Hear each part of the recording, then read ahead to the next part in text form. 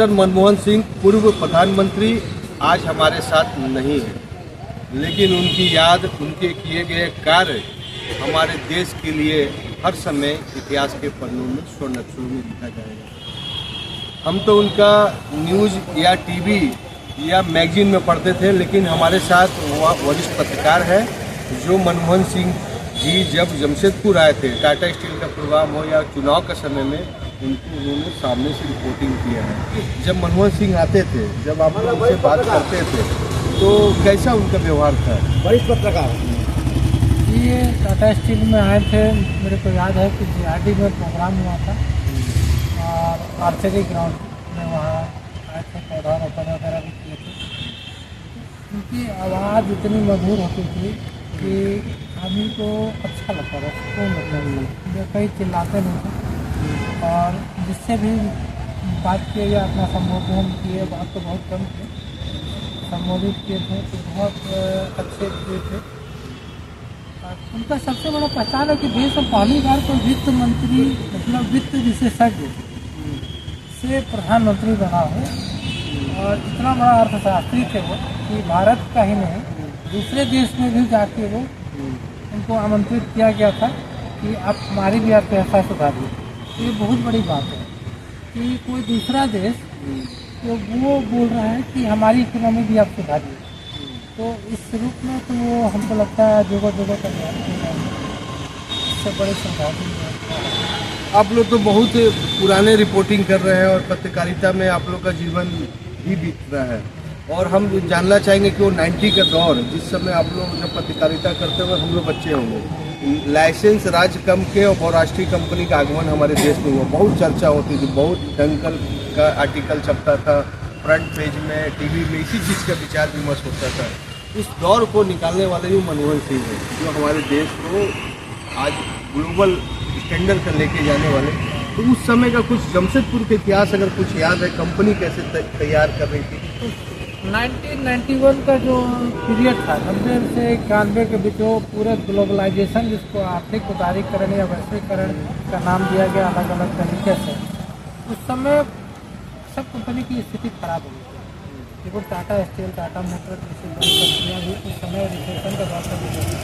हमको याद है उस समय ईरानी थे, ईरानी थे, सारे लोग परेशान थे कैसे इससे उभरा जाए, क्योंकि पूरे विश्व में स्टील की मांग कम हो गई थी। अचानक छल कुथल एक तरह से कहते हैं, सुनामी जैसा हुआ था।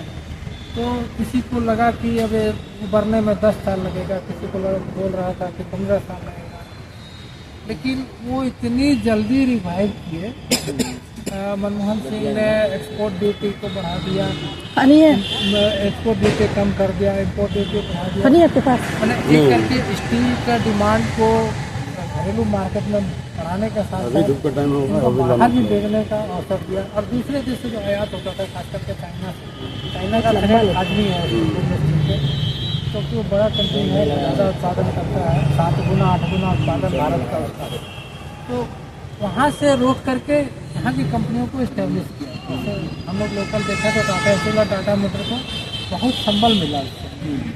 तो इस रूप में भी उनका योगदान याद किया जाएगा कि जो आर्थिक उदारीकरण है, किस तरह से उन्होंने पूरे देश को लंबा नहीं देखने खुश था, उनको आज कहाँ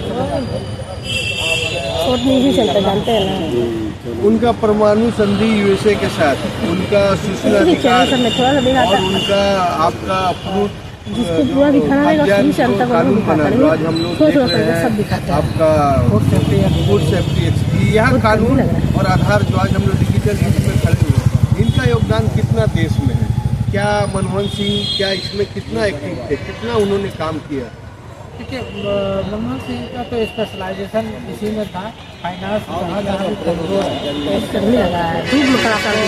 मजबूत करे। और हम पहले जैसे बताया कि दूसरे देश लोग भी कायम थे उनका कि फाइनेंस में उनकी जो पकड़ बताते हैं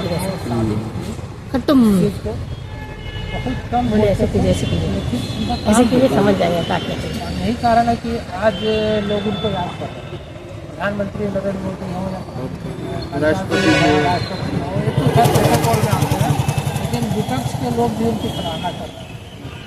और सारे लोग जो आज विपक्ष में है, कल तक जो तंखी का राजनीतिक क्वेश्चन का है, कल भी पत्रकार है और इस शिद्दत पता से है ना आपको आपको? ऐसा आदमी हमारे डॉक्टर मनमोहन सिंह के बारे में हम लोग जितना भी कहें कम है। डॉक्टर मनमोहन सिंह वित्त का वह परिभाषा गढ़ के गए, लिख के गए, जिसको आने वाले जितने भी स्टूडेंट हैं, MBA स्टूडेंट जो वित्त में रिसर्च कर रहे हैं, उनके लिए भी एक सबक है कि जिस समय मनमोहन सिंह जी ने देश को ग्लोबलाइजेशन किया था, यानी हमारे देश को लाइसेंस राज से ग्लोबल मार्केट में खोला था, वह उस समय देश का बहुत क्रिटिकल समय था। टाटा ग्रुप की जितने भी कंपनी का भी पाँव खुल रहा था, उनका भी हालत खराब था, सर ने जैसा कहा। लेकिन आज हम लोग अगर खुश हैं, चाहे डिजिटल युग में बोले, चाहे सूचना अधिकार में बोले, और सबसे बड़ी चीज़ वित्त में डॉक्टर मनमोहन सिंह का नाम को कभी मिटाया नहीं जा सकता। और यही कारण है कि उनके आज नहीं रहने के कारण आज देश में उनकी ही चर्चा हो रही है। ऐसा राष्ट्रपति, ऐसा वित्त मंत्री, ऐसा गवर्नर, ऐसा प्रधानमंत्री हम चाहेंगे भगवान से कि एक और हमारे देश में दे। AD लाइव वीडियो को लाइक कीजिए, चैनल को सब्सक्राइब कीजिए। लेकिन आज पूरे देश में राजकीय शोक है, जिसमें कारण है कि आज जमशेदपुर के DC कार्यालय में भी तिरंगा झंडा को आधा ही लहराया जा रहा है। इससे यह साबित होता है कि देश आज दुख की घड़ी में है। सब उनके लिए जरूर डॉक्टर मनमोहन सिंह के बारे में सोचिए कि ऐसा वित्त मंत्री, ऐसा वित्त विशेषज्ञ हमारे देश में जन्म लिया और अपनी कर्म करके वह देश को चल गया। AD लाइव वीडियो को लाइक कीजिए, चैनल को सब्सक्राइब कीजिए। AD लाइव को पूरी टीम की ओर से सभी को धन्यवाद। जोहार।